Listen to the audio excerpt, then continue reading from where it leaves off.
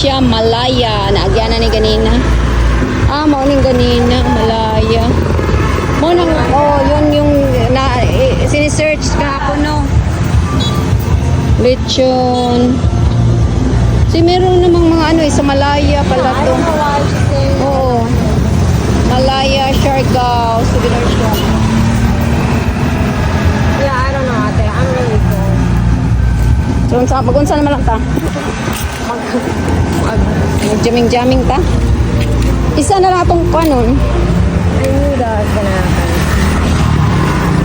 Yeah, Siargao guys. Left to right. Yan siya.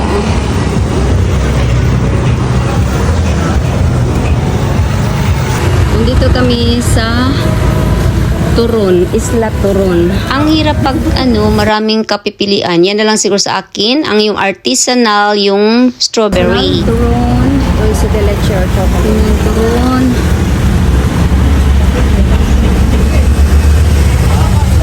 Ano naman sa atin? Ano sa iyo ga? Chocolate. Chocolate? Ayoko chocolate. Ano na lang yung artisanal? No. Yan yung... ayan ba yung artisan? Artisanal?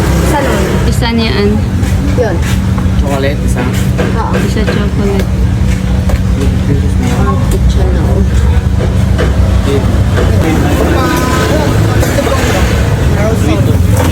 Ano yung order gang? Light chicken cucumber.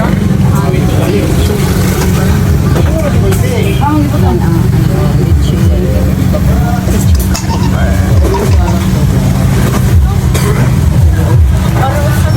Yan na, tapos na. Sandali lang pala nila niluto.